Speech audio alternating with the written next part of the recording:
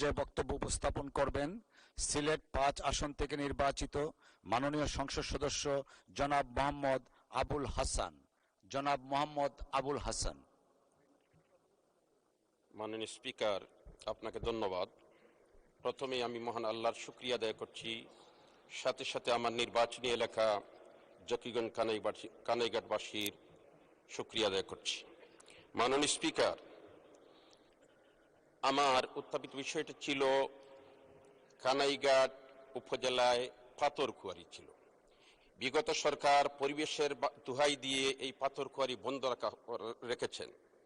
আমি চাই এই পাথরকুয়ারিটা পরিবেশ রক্ষা করে দ্রুত সময়ের মধ্যে পাথর উত্তোলন করার ব্যবস্থা করা হোক, কেননা এর পরিপ্রেক্ষিতে হাজার হাজার শ্রমিক আজকে দিশাহারা হয়েছে। মাননীয় স্পিকার, জেলা সদর থেকে এত দূরে একটা উপজেলা বাংলাদেশের আর কোথাও আছে বলে আমি জানি না। প্রায় 100 কিলোমিটার দূরে এই উপজেলার সাথে যোগাযোগ ব্যবস্থা, একটি রাস্তা আছে প্রায় 100 কিলোমিটার, আর মাত্র 22 কিলোমিটারের একটা বাইপাস রোড আছে। এই বাইপাস রোডটা আজকে 11 বছর থেকে অচল অবস্থায় আছে। দ্রুত গতিতে যদি স্বল্প সময়ের মধ্যে এই রাস্তার সংস্কার করা হয় তাহলে জকিগঞ্জের জনগণের খুবই সেবা হবে।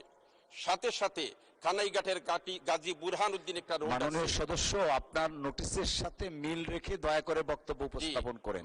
আমরা আরেকটু অবজার্ভ করেছি, আর আগেও দু একজন মাননীয় সংসদ সদস্য নোটিশ যা দিয়েছিলেন সেই প্রেক্ষিতে বক্তব্য আসেনি। দয়া করে নোটিশের সাথে মাননীয় স্পিকার রেখে বক্তব্য রাখুন। ধন্যবাদ। এই পাথরকুয়ারি থেকে পাথরগুলো উত্তোলন করা হোক, যেহেতু জনগুরুত্বপূর্ণ বিষয় মাননীয় স্পিকার, তাই আমাকে বলতে হচ্ছে।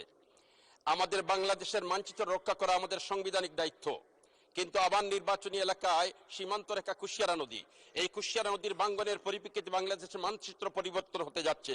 অতএব জরুরি ভিত্তিতে সুরমা এবং কুশিয়ারা নদীর ভাঙ্গন প্রতিরোধের ব্যবস্থা করে বাংলাদেশের মানচিত্রকে রক্ষা করা হোক।